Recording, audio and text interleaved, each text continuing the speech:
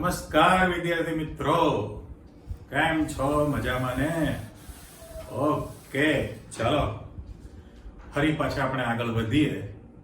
ફરી શું, હજી તો આપણે એક લેક્ચર જ માંડી લીધું છે આ ચેપ્ટરની અંદર, બરાબર?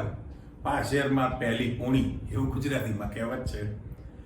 ડિસ્ક્રિપ્ટિવ પોર્શન તમે લાસ્ટ લેક્ચરમાં શીખી લીધેલો છે ને. દરેક પ્રકારના આકર્ષણ બળની તમે માહિતી લીધેલી હતી. ઓકે, અને સાથે સાથે જે છે છેલ્લે હાઇડ્રોજન બંધની વિગત હતી, પણ એમાં આપણે વધારે ચર્ચા એટલા માટે નહોતી કરેલી કે રાસાયણિક બંધન ચેપ્ટરમાં છેલ્લો ટોપિક તમે શીખી લીધેલો છે કે જેમાં H બંધની ઘણી ડિટેલમાં માહિતી હતી. પણ જાણકારી માટે તમે એટલું તો સમજો જ છો કે ભાઈ હાઇડ્રોજન પરમાણુ વધુ વિદ્યુત ઋણ પરમાણુ નાઇટ્રોજન, ઓક્સિજન, ફ્લોરિન સાથે જોડાય તો એમાં ધ્રુવીય પ્રકૃતિ ઉત્પન્ન થાય અને ધન વિદ્યુત ભરિત હાઇડ્રોજન એ બીજા અણુના વિદ્યુત ઋણ પરમાણુ પ્રત્યે આકર્ષણ ધરાવે, જેને આપણે H બંધ કીધેલો. હવે H બંધની માત્રા જે છે બહુ જ ઓછી, 10 થી 100 કિલો જૂલ પ્રતિ મોલ જ છે. પણ H બંધની અસર તમે ભૂતકાળમાં શીખી લીધી છે, એનો ઉપયોગ તો આવવાનો છે કે ભાઈ જે સંયોજનમાં અણુઓ વચ્ચે H બંધ રચાતા હોય લોકોના ઉત્કલન બિંદુ ઊંચા હોય. ઓકે, પાણીના અણુ જ્યારે H બંધથી જોડાય તો જલદ્રાવ્યતા વધે, એ બધી લાક્ષણિક જે છે ગુણધર્મની એ ડિટેલ તમારી પાસે આવતી રહેશે. હવે આજે આપણે બે વસ્તુની કમ્પેરિઝન કરવાના છીએ. થોડું આગળ વધીએ, બરાબર? અને વાયુ નિયમો અને એવું બધું ધીરે ધીરે આવતું જશે. સૌથી પહેલું તમે ચેક કરો, મેં પહેલો નાનો પ્રશ્ન મૂક્યો છે કે પદાર્થની ઉષ્મીય ઊર્જા શું છે? ઉષ્મીય ઊર્જા એટલે શું? બરાબર, આપણે પહેલો પ્રશ્ન. એના કનેક્ટેડ પ્રશ્ન મૂક્યો છે આંતર આણવીય બળો, જે તમે લાસ્ટ લેક્ચરમાં બધા શીખી લીધેલા છો. એમાં સૌથી પહેલું લંડન બળ હતું, દ્વિધ્રુવીય આકર્ષણ બળ હતું, અને દ્વિધ્રુવીય અધ્રુવીય પ્રેરિત આકર્ષણ બળ પણ હતું, આયનનું પણ આકર્ષણ બળ હતું. એટલે અહીંયા આગળ તમારી પાસે પ્રશ્ન જે છે આંતર આણવીય બળો વિરુદ્ધ ઉષ્મીય પારંપરિક ક્રિયા વિશે તમારે નોંધ લખવાની છે. આના વિશેની જાણકારી આપવી છે. ડિસ્ક્રિપ્ટિવ પોર્શન છે, અને પછી વાયુની પ્રકૃતિ પર આપણે આગળ વધવાના છીએ. તો સૌથી પહેલું પદાર્થની ઉષ્મીય ઊર્જા એટલે શું? ઉષ્મીય ઊર્જા કોને કહીએ છીએ આપણે? તો કે જે તમારી પાસે પદાર્થ છે એના ઘટક કણો.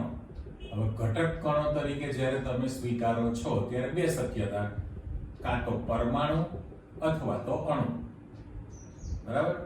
અણુ પરમાણુ, આયન પણ કહી શકીએ છીએ, પણ અત્યારે પરમાણુ અથવા અણુ ની દરેક પ્રકારની ગતિને કારણે ઉદ્ભવતી ઉષ્મા. ઓકે, અહીંયા હું શબ્દ મૂકું છું કે દરેક પ્રકારની ગતિ છે, દરેક ગતિને કારણે. હવે એ તમે ઉષ્માગતિશાસ્ત્ર, થર્મોડાયનેમિક્સ છે એમાં ડિટેલમાં શીખવાના છો કે ભાઈ પદાર્થમાં રેખીય ગતિ, કોણીય ગતિ, ભ્રમણ ગતિ, આંદોલન ગતિ, ઇલેક્ટ્રોનની વિશિષ્ટ પ્રકારની ગતિ, કેન્દ્રની પણ ગતિ, આ બધી જે કોઈ ગતિ છે એ ગતિને કારણે ઉદ્ભવતી ઉષ્માને, ઉદ્ભવતી જે ઊર્જા છે એને આપણે ઉષ્મીય ઊર્જા કીધેલું છે. ફરી તમારી પાસે સિમ્પલ વ્યાખ્યા આવી ગઈ, SQ કહેવાય કે ભાઈ પદાર્થના ઘટક કણો, પરમાણુ અથવા અણુની દરેક પ્રકારની ગતિને કારણે ઉદ્ભવતી ઉષ્માને ઉષ્મીય ઊર્જા કહેવાય, ઉદ્ભવતી ઊર્જા. હવે એ ઉષ્મીય ઊર્જા જે છે એ તાપમાન પર આધારિત છે. તાપમાન સાથે સીધો સંબંધ તાપમાનના સમપ્રમાણમાં છે. જો તાપમાન વધશે તો ગતિ ઊર્જામાં વધારો થવાનો છે, એટલે ઉષ્મીય ઊર્જા પણ વધશે. રાઈટ? એટલે તાપમાન સાથે સીધો સંબંધ ધરાવે છે. અને પદાર્થની જે ત્રણેય ભૌતિક અવસ્થા છે એમાં ઉષ્મીય ઊર્જાનું મૂલ્ય પણ તમારી પાસે અલગ અલગ પ્રકારનું હોવાનું છે. એ પણ ભૌતિક સ્થિતિ પર આધાર રાખે છે. ઓકે, ચાલો હવે અહીંયા આગળ આપણે વચ્ચે ડિવાઇડર મૂકી દઈએ. ભાઈ આ તમારો એક SQ હતો. મોટા પ્રશ્ન તરફ જશો કે ભાઈ આંતર આણવીય બળો. અને ઉષ્મીય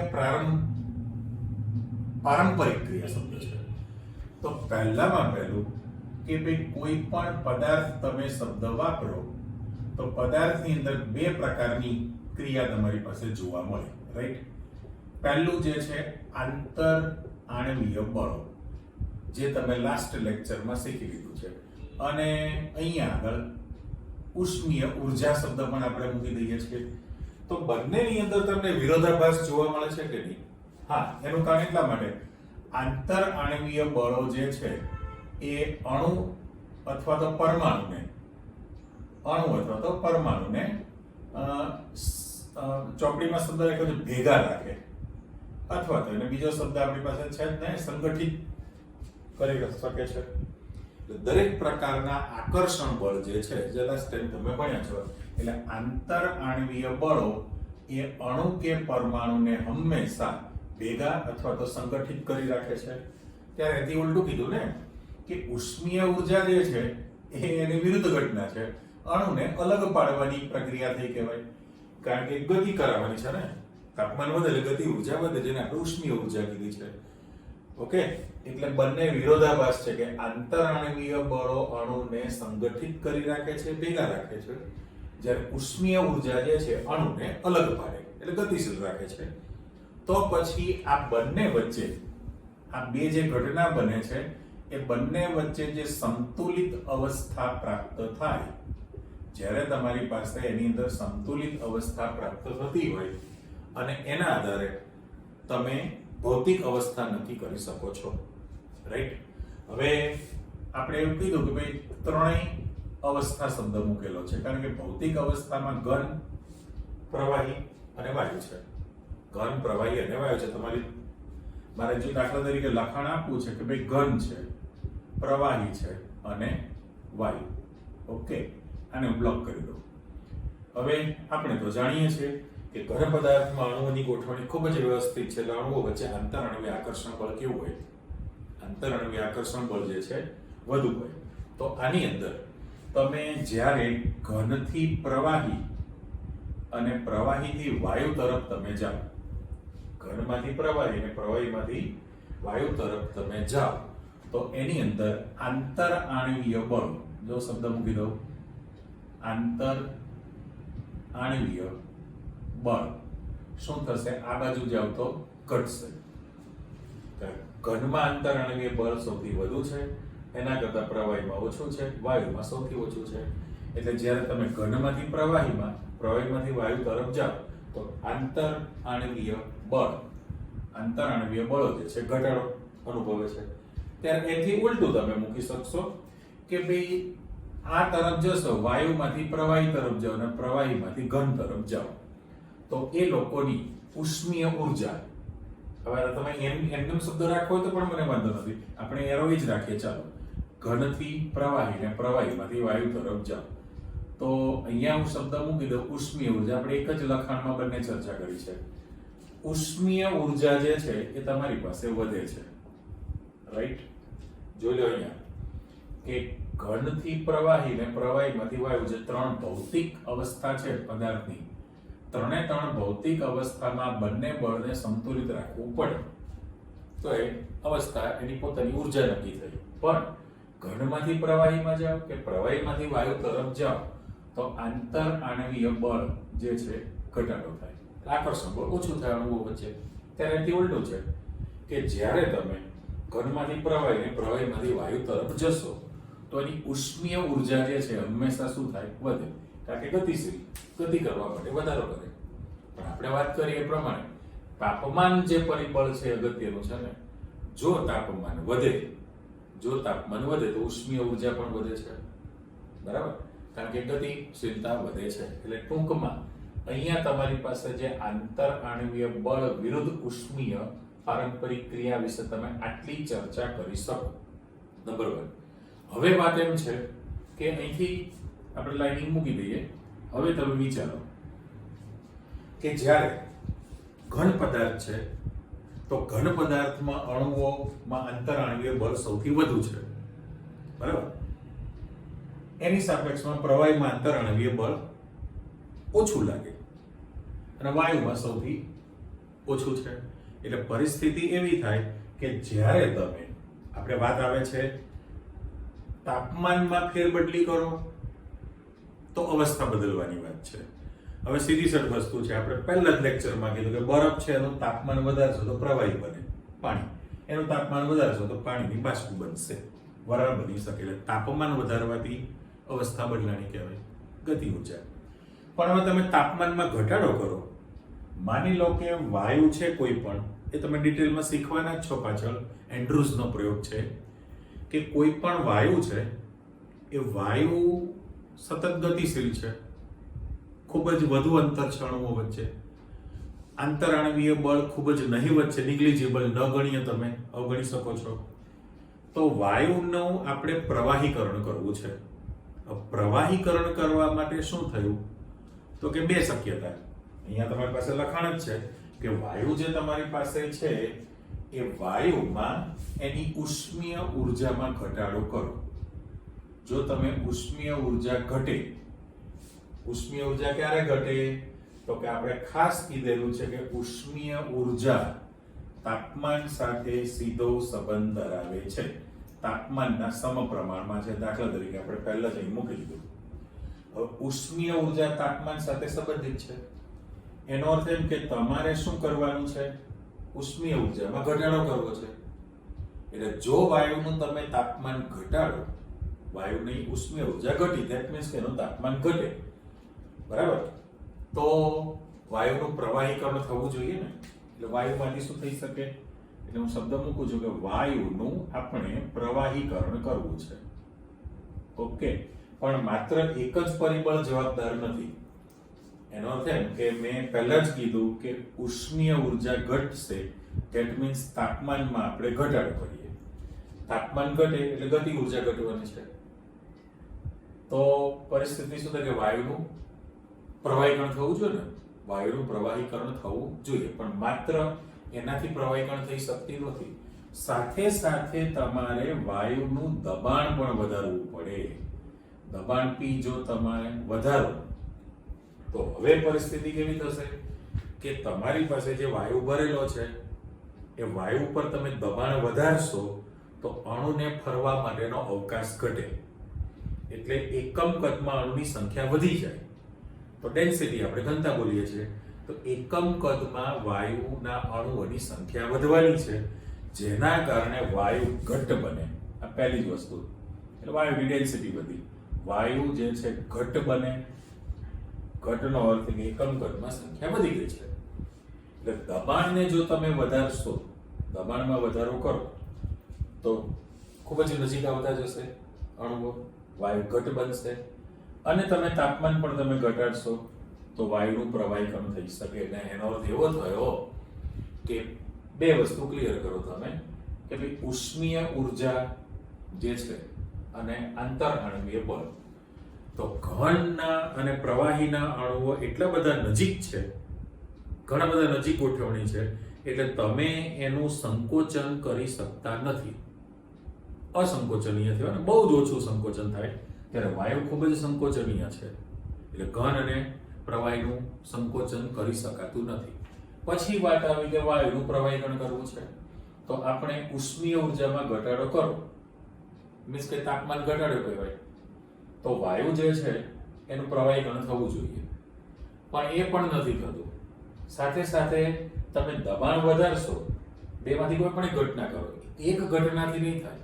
તમે દબાણ વધારશો એટલે શું પરિસ્થિતિ થઈ તો કે અણુઓ ખૂબ જ નજીક ગોઠવાશે, બરાબર. આંતરાણવીય બળ વધવાનું છે, નજીક આવે તો અપાકર્ષણ પણ વધે ને, અને અપાકર્ષણ બળ થવાને કારણે સંકોચન ના થઈ શકે. સાથે સાથે વાયુ ઘટ બને.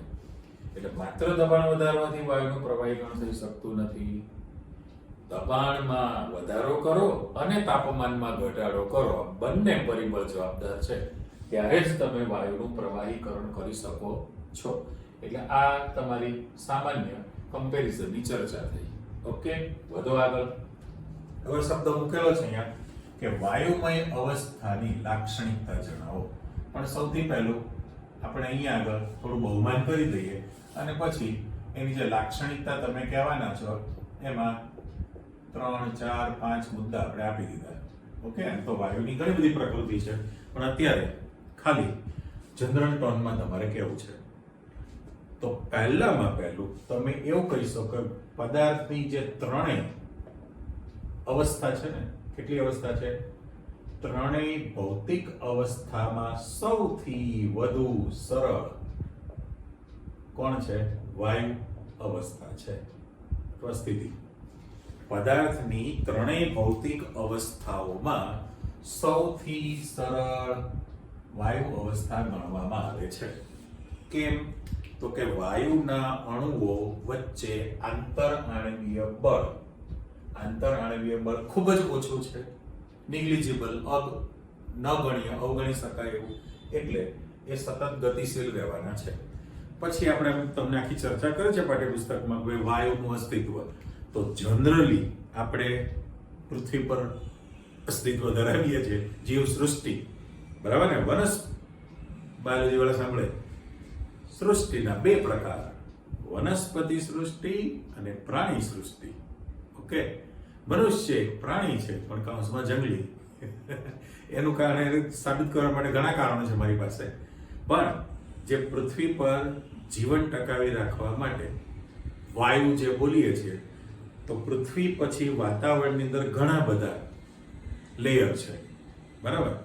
એમાં પૃથ્વીની નજીકનું ટ્રોપોસ્ફિયર કહેવામાં આવે છે, છેલ્લું આયનોસ્ફિયર કહેવાય. એટલે ટ્રોપોસ્ફિયર જે છે એ પૃથ્વીના ગુરુત્વાકર્ષણ બળને કારણે સાથે સાથે મૂવમેન્ટ કરતું રહે છે અને જીવ સૃષ્ટિ ટકી રહેલી છે. હવા જે છે એ વાયુઓનું મિશ્રણ છે. જાણો છો નાના દોડથી કે ભાઈ સૌથી પહેલો ડાયનાઇટ્રોજન એટલે N2 gas, dioxygen O2 gas સૌથી વધુ પ્રમાણમાં છે, કાર્બન ડાયોક્સાઇડ વાયુ પણ છે, પાણીની બાષ્પ પણ છે, મિથેન વાયુ પણ હોઈ શકે અને નિષ્ક્રિય વાયુ વગેરે વગેરે બધું છે. તો હવા એ વાયુઓનું મિશ્રણ છે એની અંદર. એટલે ત્રણેય અવસ્થામાં સૌથી સરળ જે છે વાયુ અવસ્થા કીધી છે એની અંદર. હવે પ્રશ્ન એવો થયો કે આપણી પાસે જે વાયુઓના અભ્યાસ કરેલા છે એ અભ્યાસની અંદર આવર્ત કોષ્ટકમાં માત્ર ને માત્ર 11 ઘટકો જ વાયુ સ્થિતિમાં છે. એ 11 કયા છે એ પણ તમને ખબર છે. દાખલા તરીકે તમારો પહેલો સમૂહ જે છે, આ પહેલો સમૂહ, તો પહેલા સમૂહમાં હિલિયમ, સજુ નહીં, હાઇડ્રોજન છે. હવે હાઇડ્રોજન વાયુ સ્થિતિમાં છે, પહેલો જ સમૂહ. પછી બધું વાર્તાલાપ જતો રહે તો તમારી પાસે 15, 16, 17 ને 18 આ આપણે સમૂહ તરીકે લખેલું છે. ઓકે, તમારા બુક માંથી આપણી પાસે ટુકડો પડી ગયો. તો હવે અહીંયા આગળ લો, આ તમારું ટેક્સ્ટ બુક પ્રમાણે મેં કોષ્ટક બનાવી દીધું. તો પહેલામાં પહેલો સમૂહ જે છે એની અંદર માત્ર તમારી પાસે હાઇડ્રોજન તત્વ છે, એટલે હાઇડ્રોજન H2 વાયુ સ્વરૂપે છે. 15મા સમૂહમાં નાઇટ્રોજન છે, N2 ગેસ. 16માં ઓક્સિજન છે, O2 ગેસ. અને આની અંદર તમારી પાસે ફ્લોરિન અને ક્લોરીન વાયુ છે. બ્રોમિન પાછો રાખતા લાલાશ પડતો કથ્થાઈ રંગનું પ્રવાહી છે. આયોડિન કાળાશ પડતો ઘન પદાર્થ છે. ફ્લોરિન પીળા રંગનો વાયુ છે. ક્લોરીન લીલાશ પડતો પીળો વાયુ છે. લો, બધાની ભૌતિક સ્થિતિ બોલી નાખી મેં. એટલે ફ્લોરિન અને ક્લોરીન વાયુ સ્થિતિમાં છે. અને આ બાજુ તમે જાઓ તો હિલિયમ, નિયોન, આર્ગોન, ક્રિપ્ટોન અને ઝેનોન તમે કહેવાના છો. રેડન તો પાછું રેડિયો સક્રિય છે. એટલે હું ફરી પાછી આમ લાઇનિંગ ગોઠવી દઉં તો તમારી પાસે જે લિસ્ટ મૂકેલું છે એ લિસ્ટની અંદર માત્ર પહેલો સમૂહમાં હાઇડ્રોજન, આ 15, 16, 17 ને 18મો સમૂહ છે. એટલે ટૂંકમાં આવર્ત કોષ્ટકમાં આપણી પાસે ગણતરી કરી લો 1, 2, 3, 4, 5, 6, 7, 8, 9, 10 જ ગણાય. 11નું રેડિયો સક્રિય તત્વ છે, પણ આપણે એને રેડોન RN લખી દઉં છું, બરાબર? મારી દ્રષ્ટિએ આપણે ગણતરીમાં નથી લેતા, પણ હિસાબ કરવો હોય તો 11 ઘટકો વાયુ સ્થિતિમાં છે. અચ્છા, વાયુના જે સામાન્ય ગુણધર્મ આપણે કહીએ તો તમે પહેલા જ કીધું કે ભાઈ વાયુ જે છે ખૂબ જ સંકોચનીય છે, બરાબર? તમે એને કોમ્પ્રેસ કરી શકો, એનો ગુણધર્મ કેવો છે? વાયુને મહત્તમ સંકોચન કરી શકાય. દાખલા તરીકે માની લો કે તમારી પાસે 1 લીટર પાત્રનું કદ છે, બહુ મોટું કહેવાય. 1 લીટર પાત્રના કદની અંદર જો તમે 1 લીટર વાયુ ભરી દો તો પણ અંદર સમય જશે. અચ્છા, પાત્રનું કદ તમે ઘટાડીને અડધું કરી નાખો તો પણ બધા ગોઠવાઈ જશે. અને પાત્રનું કદ તમે 5 ગણું વધારી દો તો પણ જલસાથી ફ્લાઇંગ કરતા ગતિ કરે. એટલે પહેલામાં પહેલો ગુણધર્મ કે વાયુ જે છે ખૂબ જ સંકોચનીય છે. તો એના કનેક્શનમાં તમે કહી શકો છો કે ભાઈ વાયુ જે છે એ વાયુને કોઈ પણ પ્રકારનો આકાર અને કદ હોતા નથી. એના આકાર પણ નથી અને કદ પણ હોતું નથી. પણ તમે જે પાત્રમાં એને ભરો છો એટલે તમે ભરેલા પાત્રના આકાર જેવું એનું કદ બની જશે. બરાબર? તમે નળાકારમાં ભરો તો વાયુનો અણુ નળાકાર પ્રમાણે થયો કહેવાય. ચોરસ પેટી ભરો તો પેટી પ્રમાણે થયો, ત્રિકોણમાં ભરો ત્રિકોણ જેવું થયું. એટલે ખૂબ જ સંકોચનીય છે. વાયુને કોઈ પણ જાતનો નિશ્ચિત આકાર કે કદ નથી, પરંતુ ભરેલા પાત્રના આકાર અને એનું જેવું જ કદ પ્રાપ્ત કરી શકે છે. હવે તમે આજે પહેલો મુદ્દો કીધો ખૂબ જ સંકોચનીય. બીજો મુદ્દો તમે એમ કહી શકો કે વાયુ જે છે એ બધી જ દિશામાં પ્રસરણ પામી શકે. દરેક જગ્યાએ પ્રસરણ પામી શકે. તમે સમજી લીધું કે ભાઈ 1 લીટર પાત્ર છે એમાં તમે 1 લીટર વાયુ ભરી દો તો એવું ના હોય કે ખૂણામાં ડેન્સિટી વધુ હોય, વચ્ચે ઓછી, ઉપર ભાગ ખાલી હોય. ના, દરેક જગ્યાએ બધી જ દિશામાં એ પ્રસરણ પામી જશે. અને એના કારણે એ જો પ્રસરણ પામે તો બધી જ દિશામાં પ્રસરણ થવાથી એનું દબાણ સરખું રહેશે. દરેક જગ્યાએ એનું પ્રેશર સરખું રહેવાનું છે. આ મુદ્દો તમારી પાસે આવ્યો. ત્રીજો મુદ્દો એમ કે છે કે ભાઈ ઘન અને પ્રવાહીની સરખામણીમાં વાયુની ઘનતા જે છે ખૂબ જ ઓછી હોય. ડેન્સિટી હલકું ગણાય ને. ઘન અને પ્રવાહીની સરખામણીમાં એની ઘનતા ખૂબ જ ઓછી તમારી પાસે રહેતી હોય. અને ચોથો મુદ્દો તમે કીધો કે ભાઈ એની અંદર આંતરઆણવીય બળ જે છે ખૂબ જ નહિવત રહે. ન ગણીય શબ્દ તમે વાપરી દીધો છે. આંતરઆણવીય બળ ખૂબ જ નહિવત પ્રવર્તતું હોય છે. એટલે ટૂંકમાં આ એની સામાન્ય લાક્ષણિકતા તમે કહી દીધી છે કે વાયુ ખૂબ જ સંકોચનીય છે, પહેલો મુદ્દો. બીજું કે વાયુ બધી જ દિશામાં પ્રસરી શકે અને બધે જ સમાન દબાણ ઉત્પન્ન કરે છે. ત્રીજું, ઘન અને પ્રવાહીની સરખામણીમાં એની ઘનતા જે છે ખૂબ જ ઓછી હોય છે. બીજું કે એમાં આંતરઆણવીય બળ ખૂબ જ નહિવત પ્રવર્તતું હોય છે, એટલે સતત ગતિશીલ પણ હોઈ શકે અને આકાર કે કદ પણ ધરાવતું હોતું નથી. આ આપણે સામાન્ય વાયુની લાક્ષણિકતાની ચર્ચા કરી કહેવાય. હજી ડિસ્ક્રિપ્ટિવ પોર્શન જ છે ભાઈ. અને હવે તમારી પાસે મેથેમેટિકલ સ્ટેપ વાળી દુનિયા ખુલતી જશે. તો પહેલામાં પહેલો વાયુ નિયમો શબ્દ કીધા છે. તો વાયુ જે છે એ વાયુને અસર કરતા પરિબળ કેટલા? તો આપણે લખતા જઈએ કે ભાઈ દબાણ, એના માટે સ્મોલ p સિમ્બોલ વાપરેલો છે, દબાણ p. એના પછી તમારી પાસે કદ v, કેપિટલ V રાખેલું છે. તાપમાન કેલ્વિનમાં છે એટલે કેપિટલ T છે. અને દળ એટલે માસ છે. આ વાયુને અસર કરતા પરિબળો છે, આટલા ફેક્ટર્સ છે. બરાબર? અને ફેરબદલી કરી શકાય એટલે વેરિયેબલ્સ કહેવાય, ચલ શબ્દ પણ વાપરી શકાય. તો વાયુ નિયમો જે તમારી પાસે તૈયાર કરવાના છે એ વાયુની પ્રકૃતિનો અભ્યાસ કર્યો અને પ્રાયોગિક રીતે જે કંઈ માહિતી મળી એના પ્રયોગ પરથી એવું અનુમાન કરીને નિયમમાં પ્રસ્થાપિત કરેલું છે. હવે એ કરવા માટે જે વૈજ્ઞાનિક છે વર્ષો પહેલા, અહીં તમને પહેલી જ સાલ લખેલી છે 1662. ઓહો, 1662 પર 17, 18, 19 અને 1962 પર 300 નું ઉપરલા ઉમેરી દો 2020 સુધીના, એટલે સાચું લખ્યું સદીઓ પહેલા. 3 સદી તો જતી રહી ને. એટલે સદીઓ પહેલા 1662 સૌથી પહેલા ભાઈ રોબર્ટ બોyle, જે તમે આજે શીખવાના છો, રોબર્ટ બોયલ વૈજ્ઞાનિકે વાયુનો દબાણ અને કદ સાથેનો સંબંધ પ્રસ્થાપિત કર્યો પ્રાયોગિક રીતે. બરાબર. હવે એ કેવી રીતે થયું તો આપણને ખબર છે કે જે બલૂન છે, વાયુ ગરમ વાયુથી જે બલૂન જે ઉડે છે એ બલૂનની અંદર દબાણ વધારવાથી ઘટાડવાથી કદ ઉપર જે અસર થઈ એનો અભ્યાસ કર્યો. પણ ત્યાર પછી તમારી પાસે જે બીજા વૈજ્ઞાનિક આવેલા છે એની અંદર નવા બે નામ બીજા વૈજ્ઞાનિકોને પણ અભ્યાસ કરવા માટે એપ્રિશિએટ કર્યા, પ્રોત્સાહિત કર્યા, એવો શબ્દ આપણે વાપરીએ છીએ. તો ચાર્લ્સ શબ્દ છે, ચાર્લ્સ વૈજ્ઞાનિક છે, અને ગેલ્યુસેક. હવે આગળ બધા ઘણા શબ્દો મૂક્યા છે, મને તમને યાદ નથી રહેવાના, એટલા માટે આપણે તો રોબર્ટ તો વળી સિમ્પલ હતું એટલે કહી દેલું છે. અહીંયા આગળ જેક્સ શબ્દ છે, જેક્સ ચાર્લ્સ લખું. ચાલો, અહીંયા શબ્દ છે જેક્સ ચાર્લ્સ, અને આની અંદર જોસેફ લુઈસ ગેલ્યુસેક. લખી નાખ્યું, જોસેફ લુઈસ ગેલ્યુસેક. ચલો હેડો, ત્રણેય નામ આપણે પૂરા કર્યા.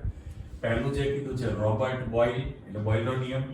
પછી જેક્સ ચાર્લ્સ કીધેલું છે, ચાર્લ્સનો નિયમ છે. અને જોસેફ લુઈસ ગેલ્યુસેક, એ ગેલ્યુસેકનો નિયમ છે. હવે એમણે વાયુના અભ્યાસ પરથી બધા પ્રસ્થાપિત કરેલા નિયમો છે. ઓકે, એટલે પહેલામાં પહેલું કે ભાઈ બોયલનો નિયમ સમજાવો. હવે નિયમમાં કશું જ નથી, હો ભાઈ, એકદમ સરળ છે. કારણ કે આ જે દળને આપણે બાદ કરીએ, દળ ઉપર જરા એટલે ઉપયોગી તો છે, ખાલી આમ રાઉન્ડ મૂકી દો તો તમારી પાસે ત્રણ પરિબળ મેં લીધા છે. જોઈ લેજો કે દબાણ P, કદ V અને તાપમાન T. હવે આ ત્રણેય વૈજ્ઞાનિકોએ કોઈ મોથ નથી મારેલી એમાં, તેથી બધા બુદ્ધિશાળી માણસો નહીં જીવતા હોય એવું આપણે માની લઈએ. હવે એમણે કોઈ પણ બે રાશિનો સંબંધ કરેલો છે. હવે તમારે સંબંધ કરવો હોય, ત્રણના સંબંધ થઈ શકે આજની તારીખે? ના થાય ને. ટીવીમાં, સિરિયલમાં, પિક્ચરોમાં, છાપામાં, ઇન્સિડન્ટ્સમાં બતાવે છે. હવે નહીં બને કે ભાઈ એક મેલ ને બે ફિમેલ હોય પિક્ચરમાં, એનાથી ઉલટું હોય, બે ફિમેલ ને એક મેલ હોય. એવો શબ્દ વાપરું છું હીરો હિરોઈન તરીકે. પણ પછી પિક્ચર એન્ડમાં તમે એક ફૂલ દો માલી એ બધા નામ હતા ભૂતકાળમાં. પછી શું થાય ખબર છે? છેલ્લે 3 કલાકની ફાઇટિંગ થાય અને છેલ્લું હિન્દી પિક્ચરમાં તો ફાઇટિંગ જ કરવી પડે. અને પછી વર્ષો પહેલા આમ છરી મારે, પેલી જે વધારાની વ્યક્તિ છે આપણે માનીએ વધારાની, એ તો વળી વચ્ચે આવે એને વાગી જાય, અથવા તો રિવોલ્વરમાંથી ગોળી છોડે લેટેસ્ટ પિક્ચરમાં તો વચ્ચે આવી જાય. એવા બધા સીનો આપણને બતાવે. અને છેલ્લે જે વ્યક્તિ વધારાની છે જતી રહે, હીને શ્રીને બંને કે સાથે રહેજો એવું કહી દે. એટલે અહીંયા પણ એવું જ છે, ત્રણના સાથે સંબંધ થાય નહીં. બરાબર? બે વ્યક્તિના સંબંધ તમારે કરવા છે. ક્યારે થાય? એકને સંતાડી દો તો, એકને તમે છુપાવી દો, હિડન છુપાવી દો, સંતાડી દો, કેટલા શબ્દો વાપર્યા, ત્યારે તમે બનાવી શકો. તો અહીંયા આગળ બોયલનો જે નિયમ કે છે, એટલે રોબર્ટ બોયલે શું કર્યું? તો આ તમારું એનું સ્ટેટમેન્ટ છે. હું થોડાક શબ્દ મૂકી દઉં. ભાઈ, અચળ તાપમાને નિશ્ચિત જથ્થાનો વાયુ, નિશ્ચિત જથ્થાનો વાયુ એટલે મોલ સંખ્યા તમારી પાસે અચળ થઈ ને, n મોલ સંખ્યા રાખી છે. વાયુનું દબાણ છે એના કદના વ્યસ્ત પ્રમાણમાં હોય છે. એટલે આપણી પાસે સ્ટેટમેન્ટ છે, સ્મોલ p લખવાનું છે, p proportional 1/v. જો આ સૂત્રને આપણે બ્લોક કરી દઈએ, પણ હું લખી રાખું કે જ્યાં તમે T તાપમાન અને મોલ સંખ્યા અચળ રાખેલી છે. સાચું કે નહીં? એટલે નિશ્ચિત જથ્થો છે, નિશ્ચિત જથ્થાના વાયુ માટે. ટૂંકમાં તમે તાપમાન જો અચળ રાખશો તો દબાણ ને કદનો વ્યસ્ત સંબંધ થાય. એટલે નિયમ પર બોલીએ, અચળ તાપમાને નિશ્ચિત જથ્થાના વાયુનું દબાણ તેના કદના વ્યસ્ત પ્રમાણમાં હોય છે. ઓકે, હવે જો તમે પ્રપોર્શનલની સાઇન રિમૂવ કરો, ધેરફોર કરી લખીએ તો p બરાબર અહીંયા અચળાંક તરીકે k1 લખવાનો છે, સ્મોલ છે, k1 * 1/v લખેલો છે. હવે હું સેજ આ રીતે લખું ક્રોસમાં, k1 * 1/v. પણ જ્યાં K1 શું છે? એ સમપ્રમાણતા અચળાંક કહેવાય ને. પ્રોપોર્શનલ સાઇન દૂર કરે સમપ્રમાણતા અચળાંક થયો કહેવાય. તો હજુ તમારે લખવું હોય તો P into V બરાબર K1 અને બરાબર તમે આની જગ્યાએ અચળ શબ્દ ના વાપરી શકો, વાપરી શકાય. એટલે આ જે તમને લખેલું છે એનું ફરી પાછું સ્ટેટમેન્ટ આપવું હોય તો કેવું કહી શકાય? અહીંયા આગળ તમે આનું સ્ટેટમેન્ટ આપી શકો. જો સ્ટાર્ટિંગ કરું છે કે ભાઈ અચળ તાપમાને, આ ઇન્વર્ટેડ કોમામાં તમારું વિધાન છે, અચળ તાપમાને નિશ્ચિત જથ્થાના વાયુનું દબાણ અને કદનો ગુણાકાર અચળ રહે છે. નિશ્ચિત જથ્થાના વાયુનું અચળ તાપમાને દબાણ અને કદનો ગુણાકાર અચળ રહેવાનો છે. એટલે આપણી પાસે બે વસ્તુ થઈ, P proportional 1/V અને P into V બરાબર K1 અચળ તૈયાર થયું કહેવાય. તો અહીં આપણે થોડી સ્પેસ મૂકેલી છે. પહેલા આના ગ્રાફ માટે જવું છે. એનો ગ્રાફ કેવો આવે? તો બે પ્રકારના આપણે આલેખની વિચારણા કરવી છે. પહેલામાં પહેલું કે ભાઈ દબાણ P વિરુદ્ધ કદ V નો આલેખ મૂકવો છે. દબાણ P વિરુદ્ધ કદ V. હવે દબાણ જે છે બારની અંદર રાખેલું છે, બારમાં વાતાવરણ હોઈ શકે, બાર હોઈ શકે, પાસ્કલ દબાણ ઘણા બધા એકમો, અને કદ V ડેસીમીટરમાં મૂકેલું છે. હમણાં જ આપણે વાત કરી એ પ્રમાણે કે દાખલા તરીકે તમારી પાસે 1 લીટર કદનું પાત્ર છે, એમાં 1 લીટર વાયુ ભરેલો છે. ઓકે, એટલે 1 લીટર વાયુ પાત્રનું કદ 1 લીટર છે. હવે તમે સંકોચન કરીને પાત્રનું કદ જે છે 0.5 લીટર, અડધો લીટર કરી દો. અડધો લીટર જો તમે કદ કરી દો તો જે વાયુ હતું એનું સંકોચન થયું છે, તો એનું દબાણ જે હતું એ દબાણ હંમેશા બમણું થઈ જાય. કરેક્ટ? એટલે જો વાયુનું કદ ઘટાડવામાં આવે, વાયુનું કદ અડધું કરવામાં આવે, કદ અડધું, હવે તે 1 લીટર જ વાયુ છે, થોડું કદ અડધું થયું કહેવાય. દબાણ જે છે બમણું કરવામાં આવે છે, એના કરતા દબાણ તમે ડબલ કરી દો તો કદ અડધું બની જાય. એટલે સરવાળે વ્યસ્ત સંબંધ છે. દબાણ વધે તો કદ ઘટે, દબાણ વધે તો કદ ઘટે, દબાણ ઘટે તો કદ વધે. પણ એ તાપમાન સાથે સંબંધો ધરાવે છે. એટલે અહીંયા તમારી પાસે ખરેખર જોવા જઈએ તો રાશિ પ્રમાણે શું કીધું છે કે તમે કદમાં ઘટાડો કરો. જો રાશિ મૂકું, તમે જો કદ ઘટાડશો, કદ ઘટાડો, હા, તો તમારી પાસે દબાણ વધ્યું કહેવાય ને. આ રાશિ થઈ. એટલે હું પહેલું જ રેડ પેનથી નિશાની મૂકું છું કે જેમ જેમ તમે કદ ઘટાડતા જશો, કદમાં ઘટાડો કરો એમ તમારી પાસે દબાણ વધતું જાય. તો એ આલેખ જે છે તમારી પાસે આમ વક્ર આવે, પણ એનો તાપમાન સાથે સંબંધ ધરાવે છે. એટલે અહીંયા તમને ટેમ્પરેચર આપેલું છે, ભાઈ 200 કેલ્વિન ટેમ્પરેચર છે. 200, 400, 600. તમે પાછું ટેમ્પરેચર વધારશો, ટેમ્પરેચર વધારો તો V proportional T છે પાછું. એટલે નિરપેક્ષ તાપમાનના સમપ્રમાણમાં કદ છે. હવે હું નિશાની કેવી મૂકું છું ખબર છે? એવું જરૂરી નથી. માની લો કે હું આમ ડબલ નિશાની મૂકું છું કે તમે કદ વધારતા જાઓ, કદમાં વધારો કરો તો દબાણ શું થાય? ઘટે. એટલે મારે ડબલ લીટી મૂકી છે જો અહીંયા આગળ. એટલે ઓટોમેટિક નિશાની પણ આવી જ ગયેલી કહેવાય. તમે જો દબાણમાં ઘટાડો કરતા જશો, દબાણ ઘટે તો તમારી પાસે કદ વધવું જોઈએ. બે સામસામી છે. એટલે હવે બ્લુ પેનમાં ટેમ્પરેચર આપણે વધારી દઈએ છીએ, 200 ની બદલે 400 કરીએ. એટલે ઉલટું જાઉં છું. જો દાખલા તરીકે તમારી પાસે દબાણ છે વધુ, એ વખતે કદ ઓછું છે. પણ જેમ જેમ જેમ જેમ તમે દબાણની અંદર ઘટાડો કરતા જશો, દબાણમાં તમે ઘટાડો કરતા જાઓ તો તમારી પાસે કદમાં વધારો થાય ને. આ તમે 400 કેલ્વિન માટે લખેલું છે, 400 કેલ્વિન છે, એ દરેક માટે લાગુ પડી શકે. અને હજુ એક આપણે આલેખ મૂકીએ છીએ, લો ચોપડી પ્રમાણે ત્રણેય મૂકી દીધા તો 600 કેલ્વિન ટેમ્પરેચર મૂકેલું છે. એટલે દબાણ P વિરુદ્ધ કદ V નો આલેખ તૈયાર થયેલો કહેવાય. દબાણ P વિરુદ્ધ કદ V નો આલેખ તમારી પાસે આ પ્રકારનો તૈયાર થયેલો છે. પણ હવે એનાથી ઉલટું છે કે એ જે તમે ગ્રાફ તૈયાર કરેલો કહેવાય દબાણ અને કદનો, બરાબર. પણ અહીંયા તમારી પાસે જે છે એ P proportional 1/V વાળું છે. બે અલગ છે ભાઈ. પેલું દબાણ અને કદ રાશિ પ્રમાણે. હવે તમારે આના પ્રમાણે વિચારવું હોય 1/V પ્રમાણે, તો દબાણ સાંભળજો, દબાણ વધે તો કદ ઘટે છે ને, પણ અહીંયા આગળ 1/v છે એટલે એકના છેદમાં છે એટલે પરિસ્થિતિ થવાની છે તમારી પાસે આંકડો તમારી પાસે નાનો થાય ને.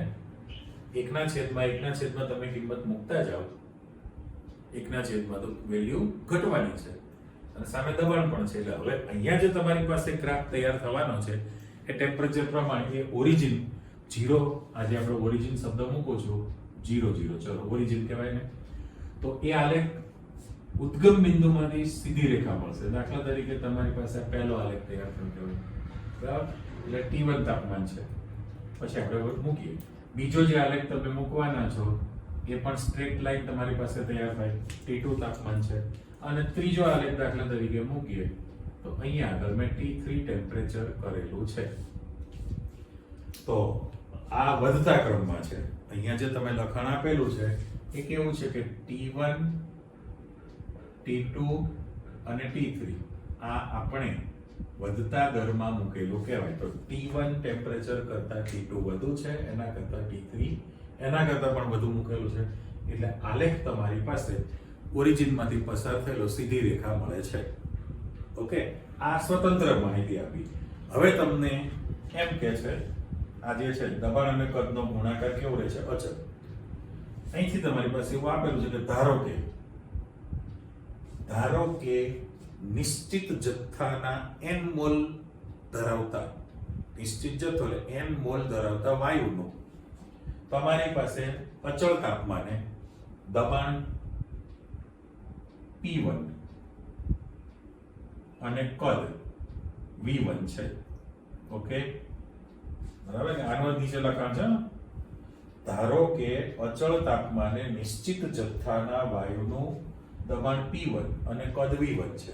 ઓકે, જો વાયુ વિસ્તરણ પામે, એવું જરૂરી નથી હો ભાઈ, જો તમારી પાસે વાયુ વિસ્તરણ પામે અથવા સંકોચન પણ કરી શકાય, શરૂઆતની પ્રારંભિક કે ઇનિશિયલ શરૂઆતમાં દબાણ P1 ને કદ V1 હતું, હવે દાખલા તરીકે એક્સપાન્ડ થાય, વિસ્તરણ પામે, તો એ વખતે વિસ્તરણ થયા પછી તમારી પાસે દબાણ કેટલું થવાનું છે? તો કે P2 અને કદ તમારી પાસે V2 તૈયાર થવાનું છે.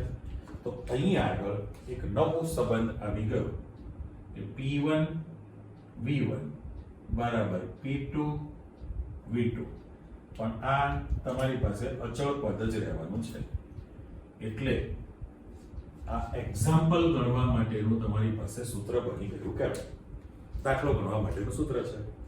એટલે ફરીથી લો કે ભાઈ ધારો કે અચળ તાપમાને નિશ્ચિત વાયુનો જથ્થો ધરાવતા, નિશ્ચિત મોલ સંખ્યા ધરાવતા વાયુનું દબાણ P1 અને કદ V1 છે. હવે જો વાયુ વિસ્તરણ પામે ત્યારે વાયુનું દબાણ P2 અને કદ V2 બનતું હોય તો બોયલના નિયમ અનુસાર આ સૂત્ર પ્રમાણે દબાણ કદનો ગુણાકાર અચળ, તો P1 V1 બરાબર P2 * V2 તમે લખી શકો ને અચળ જ છે આની અંદર. એટલે આ એક્ઝામ્પલ ગણવા માટેની માહિતી તમારી પાસે આવી ગઈ. હવે જોઈ લો, P1 V1 P2 V2 સૂત્રાત્મક દાખલા કહેવાય. 4 રાશિમાંથી તમને 3 આપે, 3 ની કિંમત આપે, એક શોધવાની હોય. ઓકે, તમારા પાઠ્યપુસ્તકની અંદર પહેલો જ કોયડો મૂકેલો છે અને સ્વાધ્યાયમાં ગણતરી માટે પણ દાખલાઓ તમને આપેલા છે. તમને રકમમાં એવું કીધેલું છે કે ભાઈ હાઇડ્રોજન વાયુ ધરાવતું બલૂન છે, એની અંદર 1 બાર દબાણ હોય, અથવા વાતાવરણ પણ લઈ શકો. 1 બાર દબાણે વાયુનું કદ 2.27 લીટર છે. જો આંકડો બોલું છું, 2.27 લીટર છે બલૂનની અંદર. જો તમે વાયુનું દબાણ 0.2 બાર અથવા વાતાવરણ જે રીતે રાખેલો 0.2 બાર વધારો તો ફૂગો ફૂટી જશે. બલૂનની અંદર ફૂગો ફૂટી જશે તો એ વખતે એનું કદ કેટલું હોય? તો કશું જ નહીં ને, તમારી પાસે P1 V1 બરાબર P2 V2. ઓકે, P1 1 બાર હતું, V1 22.7 લીટર છે, P2 તમે 0.2 બાર લીધેલું છે, તો V2 શોધવાનું છે. એના પ્રમાણે V2 ની ગણતરી કરો, જે જવાબ આવી ગયો એ નવું કદ થયું. પણ જો એટલું કદ થાય તો બલૂન ફૂટી જશે, તો એના કરતા જે જવાબ આવ્યો છે એના કરતા ઓછું કદ રાખવું પડે, બરાબર. એના કરતાં ઓછા કદે જો તમે વાયુ રાખેલો છે તો બલૂન ફૂટતું નથી. એવો તમને એક્ઝામ્પલ આપેલો છે. ટૂંકમાં અહીંયા આગળ 1 2 3 4 માંથી 3 રાશિ આપેલી છે ને એક શોધવાની. એટલે આપણે શરૂઆતમાં ઇનિશિયલ પ્રારંભિક સ્થિતિમાં આંકડા, અંતિમ સ્થિતિ માટેનો ડેટા, આના પરથી તમે ગણતરી કરી શકો. એટલે અહીંયા તમે ખાસ જે છે તાપમાન જે છે મોલ તો નિશ્ચિત છે, તાપમાનને તમે અચળ રાખેલું છે, બરાબર. હવે આ તમે ગ્રાફ પણ જોઈ લીધો છે, પણ એક નવી રાશિ દબાણ અને ઘનતા વચ્ચેનો સંબંધ તમારે જોઈએ છે. દબાણ અને ઘનતા વચ્ચેનો સંબંધ તો આપણને વર્ષોથી ખબર છે કે ભાઈ ઘનતા એટલે ડેન્સિટી નું સૂત્ર શું છે તો કે દળ m ભાગ્યા કદ v વોલ્યુમ. દળ ભાગ્યા કદ, દળ અને કદનો ગુણોત્તર લો. ઘનતા બરાબર દળ ભાગ્યા કદ છે, ઘનતા બરાબર દળ ભાગ્યા કદ છે. તો આના પરથી તમારે v બરાબર લખવું હોય, v ને સૂત્ર કરતા m/d લખી શકાય કે નહીં? m/d લખી શકાય. આ કિંમત, ઉપરોક્ત કિંમત જે છે તમે બોયલના સૂત્રમાં મૂકી દો તો બોયલના નિયમ અનુસાર શું લખાય? ચલો p p પ્રોપોર્શનલ 1 પર, પણ આપણે ઉપયોગ કરીએ છીએ આ સૂત્રનો. તો p બરાબર k1 ઇન્ટુ v લખવાનું છે ને. તો ઉપરની આ જે છે v ની કિંમત તમે આ સૂત્રમાં મૂકી દો. ઘનતા બરાબર દળ ભાગ્યા કદ છે, તો v બરાબર m/d લખેલું છે.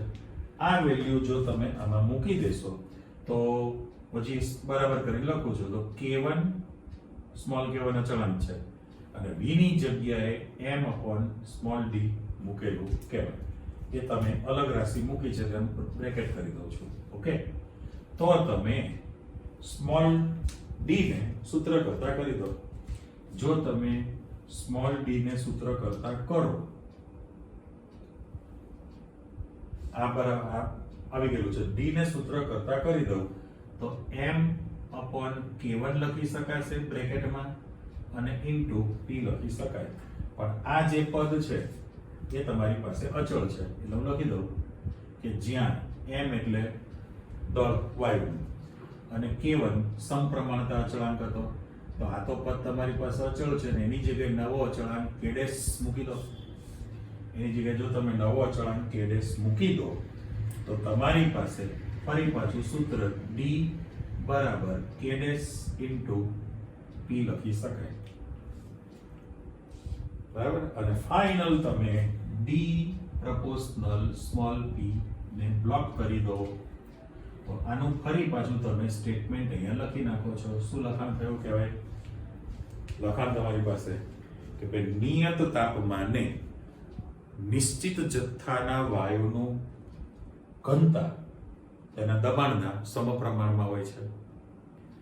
નિયત અથવા અચળ તાપમાન, અચળ તાપમાને વાયુની ઘનતા વાયુના દબાણના સમપ્રમાણમાં હોય છે. એટલે d પ્રોપોર્શનલ p તમારી પાસે થઈ ગયું. તો આને પણ તમારે બે અવસ્થામાં વિચારવું હોય તો d1 પ્રોપોર્શનલ p1 છે, same copy d2 proportional p2 છે, તો d1/d2 બરાબર p1/p2 લખી શકાય, બરાબર. d1/d2 અથવા તો d1/p1 ગમે તે ફેરબદલી કરી શકાય. d1/p1 બરાબર d2/p2 अपने वाले ભેગા રાખી દો તો પણ તમે ફેરબદલી કરી શકો. એટલે એને ઘનતાનો દબાણ સાથેનો સંબંધ તૈયાર થયેલો કહેવાય. ટૂંકમાં આપણે જે વાયુ નિયમો સ્ટાર્ટ કર્યા એમાં સૌથી પહેલું રોબર્ટ બોયલનો નિયમ, રોબર્ટ બોયલનો નિયમ, જેક્સ ચાર્લ્સ નવી થિયરીમાં જોસેફ લુઈસ ગેલ્યુસેકનો નિયમ. એમણે માત્ર આ જે રાશિ હતી એમાંથી બીજી રાશિને અચળ રાખીને સંબંધ કર્યો. સાથે સાથે તમારી પાસે એવોગેડ્રો નિયમ આવી શકે. એવોગેડ્રો નિયમ એ બધી માહિતી આગળ વધતી જાય, પણ સરવાળે તમે નિયમ પહેલો આજે ક્લિયર કરી નાખો. અચળ તાપમાને નિશ્ચિત જથ્થાના વાયુનું દબાણ તેના કદના વ્યસ્ત પ્રમાણમાં હોય છે. p proportional 1/v તાપમાન અચળ, અને નિશ્ચિત જથ્થો એટલે વાયુની n મોલ અચળ રાશિ રાખેલી છે, એટલે રિલેશન તમે કરતા ગયા. પણ આને કહી દીધું ફરી સ્ટેટમેન્ટ, અચળ તાપમાને નિશ્ચિત જથ્થાના વાયુનું દબાણ અને કદનો ગુણાકાર હંમેશા અચળ રહે છે. એક સ્થિતિ બીજી સ્થિતિ માટે તમે ગણતરી કરી શકો, અને તમારો જે ગ્રાફ છે એ આ પ્રકારનો ગ્રાફ તૈયાર થયેલો કહેવાય. અને દબાણ અને ઘનતા સાથેનો સંબંધ છે, એટલે આ પાછો ટુકડો અલગ બની શકે પ્રશ્ન તરીકે મૂકવો હોય તો. એટલે ટૂંકમાં આપણે વાયુ નિયમો જે સ્ટાર્ટ કર્યા એમાં પહેલા નિયમની ચર્ચા થઈ ગયેલી છે. નેક્સ્ટ ફરી પાછા બાકીના જે બંને બંધુઓ રાહ જોઈને ઉભા જ છે, ચાર્લ્સ અને ગેલ્યુસેક, એના વિશેની ચર્ચા આવતી જશે. ઓકે, આટલું તૈયાર કરી રાખો. ફરી પાછા મળીએ છીએ. આવજો, બાય.